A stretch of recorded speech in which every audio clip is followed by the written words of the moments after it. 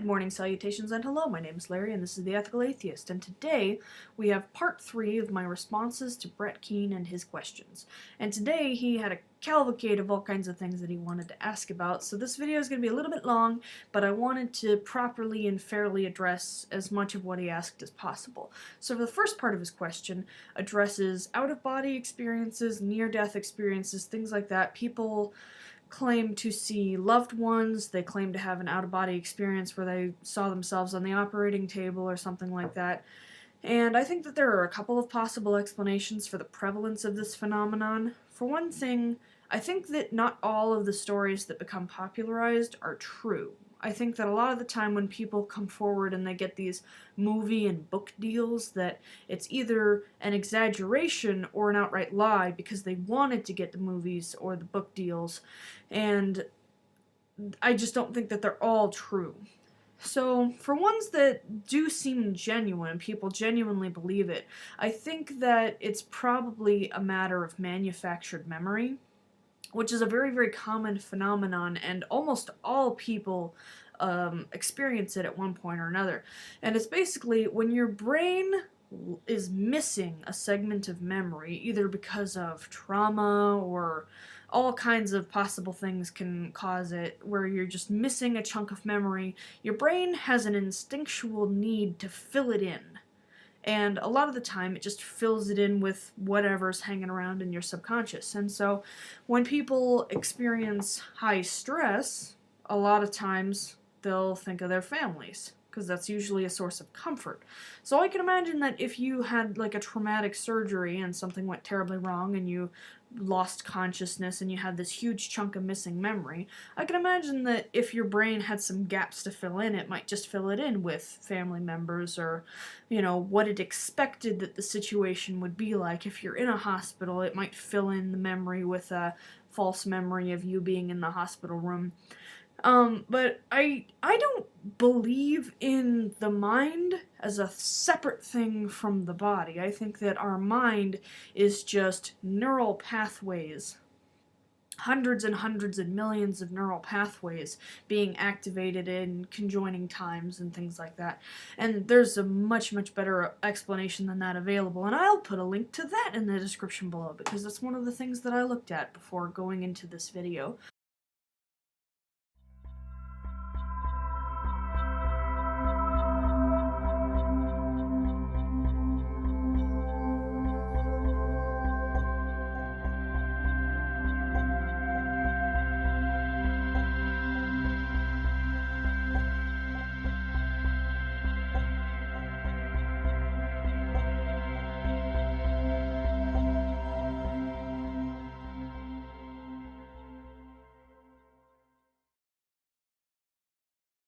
But so the second thing that he asked about is when we die.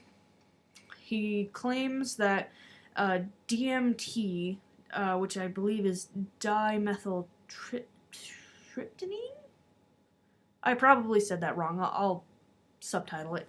But so the second thing is DMT, and I read a bunch of different articles about this before starting on the video, and there seems to be a great disagreement about whether or not this phenomenon happens at all.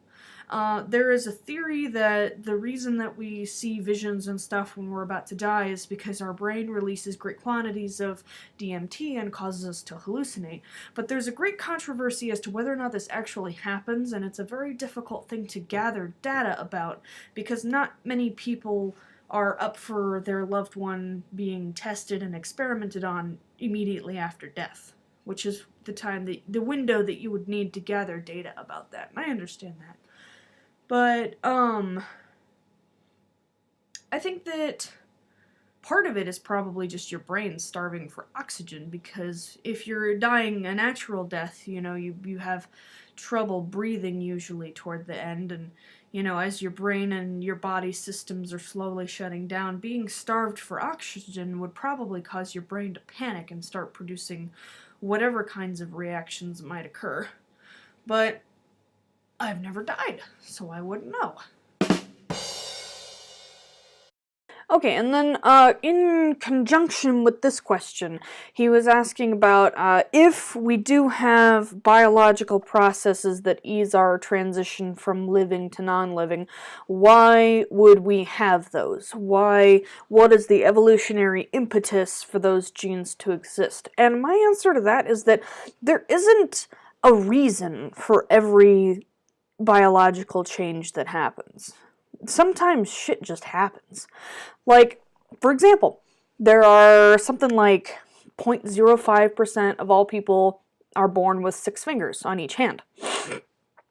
And there's no reason for that to happen. There's no condition that makes having 6 fingers better than having 5 fingers.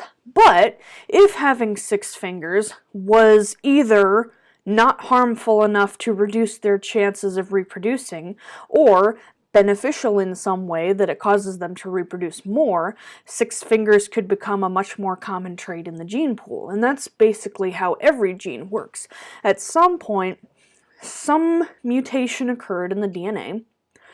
That mutation is either beneficial, neither beneficial nor harmful, or harmful. If the mutation is harmful, the members of the species with that gene die off. If it's neither beneficial nor harmful, they remain static or increase in number, and if the gene is beneficial, they typically increase in number at a greater rate. Evolution doesn't pick and choose what works. Shit happens. If it's harmful, you die. If it's not harmful, you don't die. And that basically just is why genes spread through populations. And so I don't know that there is a mechanism in our biology specifically designed to make dying easier, because it would appear to me, from the deaths that I have witnessed personally, that dying always sucks. And I know that one's attitude about what happens after death can probably make the emotional part of it easier, but it seems as though the process of dying is terrible, no matter what the circumstances surrounding it are. But I can imagine if something did happen that created a gene that makes dying more pleasant by creating hallucinations or whatever, that it would not be harmful to the species in any way, and it would merely be a response to the other biochemical reactions that are occurring in the body. So, yeah, I have not nearly the degrees and the education in that to say any more about it, and I'll try to link better articles in the description below to cover that subject more broadly if you're interested. And, Ooh, my favorite part. I'm looking at my notes over here. I know it's not very professional. I'm not making eye contact with the audience at all times. Hi. But, so, my favorite part of this question was, he was talking about consciousness as separate from the brain and transference of consciousness. And he was basically referring to the human mind as an energy unto itself, and saying that since energy can neither be created nor destroyed, surely the consciousness must exist after death because it can't be destroyed. And my answer to that is that the brain isn't a mass of wires, and consciousness isn't a current of electricity. This is simply just not what the mind is. Now, and there's obviously huge amounts of room for interpretation and personal beliefs here, but the way that I understand the brain is that there isn't something separate from the brain that makes neural pathways activate in a certain pattern. What we would call the mind or the consciousness is just series of neural pathways firing in patterns. That's what memories are. Memories are just static pathways of neurons that react the same way or in a similar way every time you recall a memory. And this also ties back into manufactured memory from earlier, because if a neuron is damaged or fires incorrectly or something like that happens, your picture of the memory changes over time. Which is why you can swear that something happened a certain way a couple of years ago when you experienced it, but then you see a video or something and you're like, oh, that happened completely differently than I remember, because your brain edits it over time as neurons shift, change, become damaged, need to be replaced, yada yada. So I don't think that there is a ghost in the machine. I think that the machine is just super, super complex beyond the point where most people can understand it. And I've got some really cool graphics here to show you. I'll put them up on the screen so that you can see. But your brain has just trillions of neural pathways, and many of them are constantly firing, even when you're asleep. And I think that this is where personality and individuality comes from, is you just have specific patterns of neurons firing over and over again that creates you. And because there are trillions of pathways that these neurons can form, that's why each of us are different, because each person, and we all have like similar contexts and stuff, so there's only so many possible different combinations, but each person has a distinct personality because of the patterns in which their neurons are firing. And I know that that's not romantic, or, you know, it's not as poetic as, you know, a soul or something that is distinctly unique for each person, but I still think that that's hugely fascinating.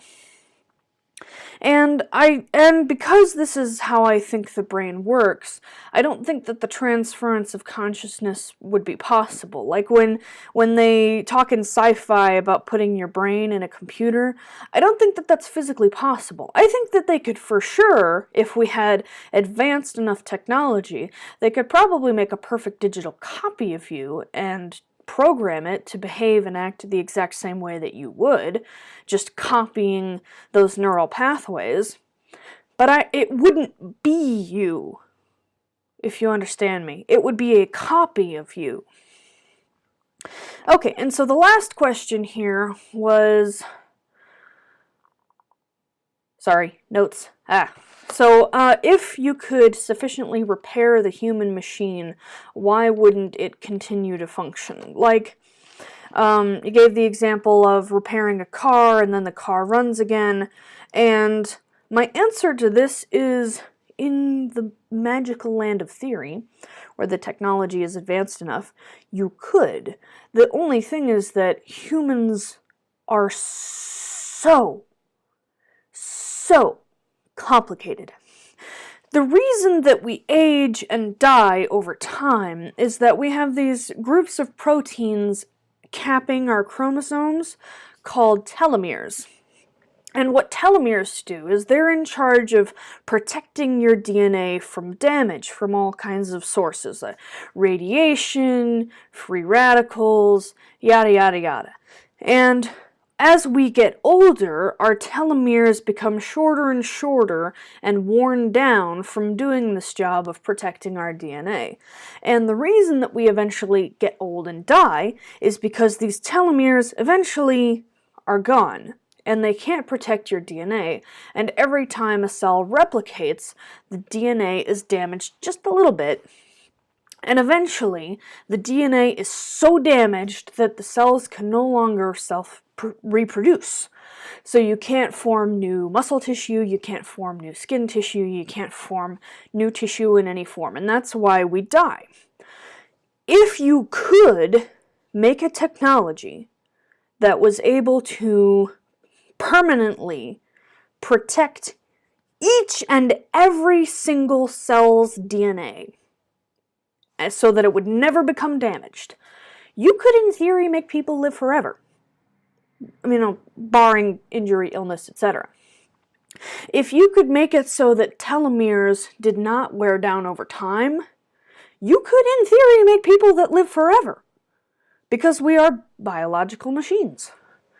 And I found a whole bunch of articles about that, and that blew my mind when I first read it. Like, literally the only reason we die is because we become too damaged on the cellular level to continue to self-replicate.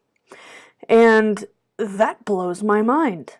It really does. And that's why some people live longer than other people, and for example, some ethnicities live longer than other ethnicities because they naturally have longer and or more durable telomeres capping their chromosomes.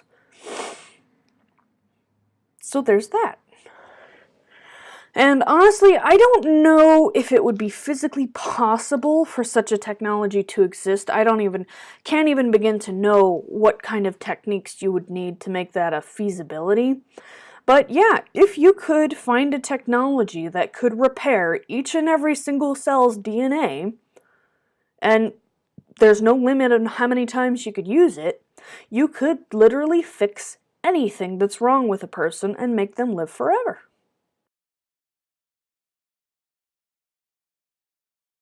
Okay, so those were my answers to Brett's questions, and I just have one question for Brett this time back.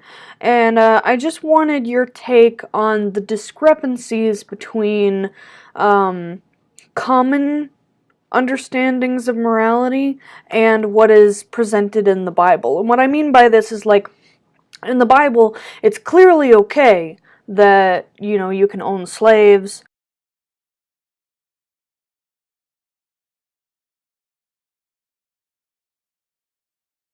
and that, it's very pro-death penalty